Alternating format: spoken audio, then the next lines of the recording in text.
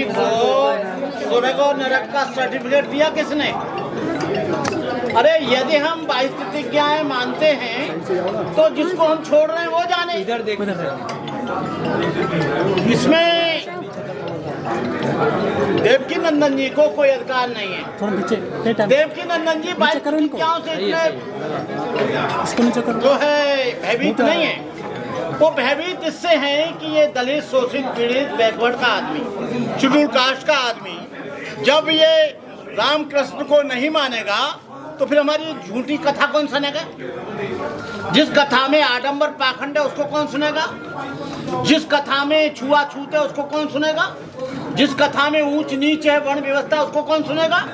और जब नहीं सुनेगा तो दान नहीं आएगा, और दान नहीं आएगा तो इनके मोटे मोटे पेट नहीं होंगे, और दान नहीं आएगा तो जो 56 प्रकार का भोज है वो इनको खाने के लिए नहीं मिलेगा। ये भाग्य और भगवान के नाम पर, ईश्वर आत्मा परमात्मा के नाम पर, आडंबर के नाम पर, पाखंड के नाम पर, वर्ण व्यवस्था के नाम पर हजारों साल से देश का उन भोले भाले लोगों का दोहन करते आए। ये उनके पास कोई सर्टिफिकेट नहीं है। क्या मुसलमान यदि राम और कृष्ण को नहीं मानता है तो क्या वो नरक में चला जाएगा? क्या ईसाई राम और कृष्ण को नहीं मानता है तो क्या वो नरक में चला जाएगा? और क्या दुनिया को ब्रह्मा जी ने बनाया? यदि ब्रह्मा जी ने बनाया तो अमेरिका को किसने बनाया? लंदन को किसने बनाया जहाँ ईसाई हैं? आप मस्कट को किसने बनाया? सऊदी अरब को किसने बनाया? वहाँ तो रामकृष्ण को मानते नहीं, अमेरिका में तो मानते नहीं। आज अमेरिका दुनिया का सबसे इकोनॉमिक इकाई बना हुआ है, लेकिन यहाँ पर तमाम तरह के पूजा पाठ किए जाते हैं। ये देश गरीबी की रेखा से नीचे जा रहा है। ये देश कोई बहुत बड़ी प्रगति नहीं कर रहा है। हम चाहते हैं, हमें भी दर्द है कि हमारे देश में भी रॉकेट लॉन्चर बने, हमारे देश में भी बड़े बड़े टैंक बने, हमारे देश में भी बड़े बड़े एरोप्लेन बने, हमारे देश में भी फायर ब्रिगेड बने, लेकिन सब चीज हम बाहर से ही आयात करते हैं। अरे भाई, इसको तो बाबा साहब अम्बेडकर बोल कर गए थे, जो मंदिर में जाएगा, जो घंटा हिलाएगा वो भिखारी बनेगा, और जो कॉलेज में जाएगा वो वैज्ञानिक बनेगा, वो डॉक्टर बनेगा, वो इंजीनियर बनेगा, वो जज बनेगा, वो मिनिस्टर बनेगा, वो आईपीएस बनेगा, वो आईएएस बनेगा। और जो मंदिर में जाएगा वो वहाँ पर भिखारी बनेगा और वह घंटा हिलाएगा। वो डॉक्टर अम्बेडकर का स्वप्न कभी पूरा नहीं कर सकता। भारत में रहना है तो जय श्री राम कहना होगा। ये कोई जरूरी नहीं है। ये भारत इनकी भगवती जागीरदारी नहीं है। ये भारत मुसलमानों का है, ईसाइयों का है, बौद्धों का है, सिखों का है, जैनों का है, पारसियों का है। और जब ये भारत स्वतंत्र हुआ तो स्वतंत्रता की लड़ाई में मुसलमान भी आगे आए थे, ईसाई भी आगे आए थे, सिख भी आगे आए थे। ये कोई जरूरी नहीं है। अरे लिंचिंग हो रही है। अरे सिख नहीं मानता है राम और कृष्ण को, वो केवल गुरु नानक को मानता है, तो क्या जबरदस्ती उससे कहेंगे कि जो रामकृष्ण को मान? ये भारत धर्मनिरपेक्ष देश है।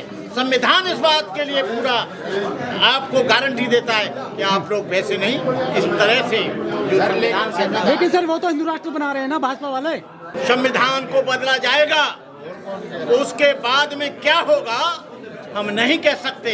यहाँ की शांति भंग होगी, यहाँ पर तमाम तरह का आंदोलन शुरू होगा, यहाँ की रेलें रुक जाएंगी, यहाँ का तमाम अर्थव्यवस्था और सामाजिक व्यवस्था और राजनीतिक व्यवस्था ध्वस्त हो जाएगी। क्या बात कर रहे हैं आप? ये कोई नेपाल नहीं है। जो नेपाल था हिंदू राष्ट्र, वो तो धर्मनिरपेक्ष हो गया। एक छोटा सा कंट्री जिसकी आबादी 2-3 करोड़ है, और ये 150 करोड़ वाले देश को, जिसमें 25 करोड़ 30 करोड़ मुसलमान रहते हैं, 1 करोड़ से ज़्यादा यहाँ पर ईसाई रहते हैं, और 25 करोड़ से ज़्यादा यहाँ अम्बेडकरवादी रहते हैं, बैकवर्ड रहते हैं। अरे तुम कैसे बना दोगे? पुराने संविधान को आप लागू करोगे वर्ण व्यवस्था के आधार पर, तो एक बहुत बड़ा यहाँ पर हिस्सा शिक्षा से वंचित हो जाएगा। हिंदू राष्ट्र बनते ही सारी समस्याओं से समाधान मिल जाएगा। अरे हिंदू पहले भी थे और अभी भी हैं।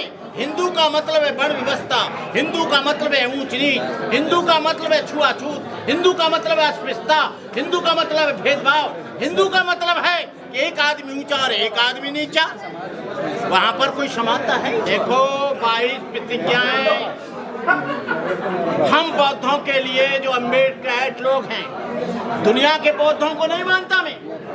थाईलैंड के बौद्ध 22 प्रतिज्ञा नहीं लेंगे, वो तो ऑलरेडी बुद्धिस्ट हैं। जापान के लोग, कोरिया के लोग, वियतनाम के लोग, कंबोडिया के लोग, इनको 22 प्रतिज्ञाओं से कोई लेना देना नहीं है, क्योंकि वो ट्रेडिशनल बुद्धिस्ट हैं। ये 22 प्रतिज्ञाएं केवल उनको है जो हिंदू धर्म में और हिंदू धर्म छोड़ रहे हैं, ये उनके लिए 22 प्रतिज्ञाएं। और 22 प्रतिज्ञाओं को मुझे ऐसा लग रहा है कहीं राजनीतिकरण न हो जाए। 22 प्रतिज्ञाओं का मुझे ऐसा लग रहा है कि लोग राजनीतिक रोटी न सेकने लगे। 22 प्रतिज्ञा का मुझे ऐसा लग रहा है कि बहुत से मैंने अपनी जिंदगी में आंदोलन देखे, एक आंदोलन नहीं, 40 वर्ष में मैंने हजारों आंदोलन देखे हैं। तूफान की आए, आंधी की तरह आए, तूफान की तरह चले गए, ज्वार भाटा आया फिर बैठ गया। मैं ये आंदोलनों को बहुत नजदीक से जानता हूँ, इन आंदोलनों को अभी देखता हूँ, अभी इंतजार करते हैं। होता क्या है कि ये लोग राजनीति करते हैं, लेकिन जिस धर्म का प्रचारक होता है उसको अलग कर देते हैं। तो चंद लोग उनके चमचे आते हैं और बैठ जाते हैं कुर्सी पर, देते हैं स्टेटमेंट। और जो लोग भीमयान की बात करते हैं, बौद्ध धर्म में 2 ही सेक्ट हैं, एक हीनयान और एक महायान। उसके बाद बाबा साहब ने कहा बुद्धयान। बाबा साहब डॉक्टर अम्बेडकर ने कोई भीमयान नहीं चलाया, बाबा साहब भीमयान की शरण नहीं गए, बाबा साहब ने भीमयान की शरण नहीं गए। बाबा साहब ने ये नहीं कहा कि मैं अम्बेडकर की शरण जा रहा हूँ। बाबा साहब ने कहा बुद्धं शरणं गच्छामि, धम्मं शरणं गच्छामि, संघं शरणं गच्छामि। और आज जो भीमयान की बात करते हैं, ये इंटरनेशनल कम्युनिटी से, बुद्धिस्ट कम्युनिटी से कट जाएंगे।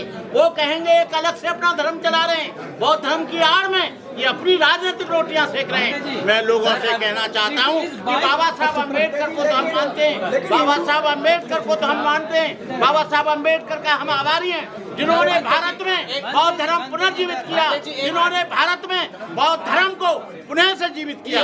यहाँ पर FIR नहीं होती है, वहाँ पर भी वही मनुवादी बैठा है। न्यायालय में न्याय नहीं मिलता है, न्याय की प्रक्रिया बहुत लंबी है।